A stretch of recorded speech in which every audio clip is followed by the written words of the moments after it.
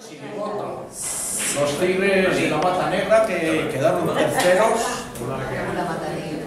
y la comparsa Los Salvadores, el premio en los últimos carnavales. Los autores de las dos, de la chirigota y de la comparsa, son los hermanos Soto.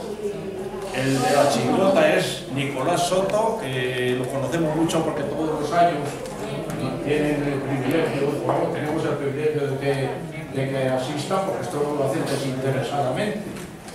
Y la comparsa, autor José Manuel Soto. O sea que a estas, tanto a las comparsas, la chirigota como a los autores, pues les debemos un agradecimiento y les tendremos que dar un buen apoyo.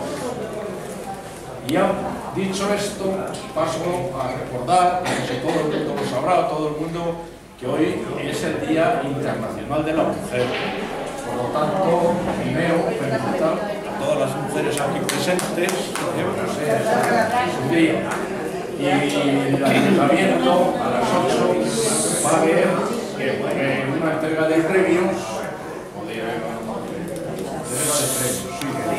a Manuela Pérez Pérez como premio a la participación ciudadana, a Josefa Murcillo García, madre y ama de casa, y a Isabel Márquez Cruz, mujer emprendedora.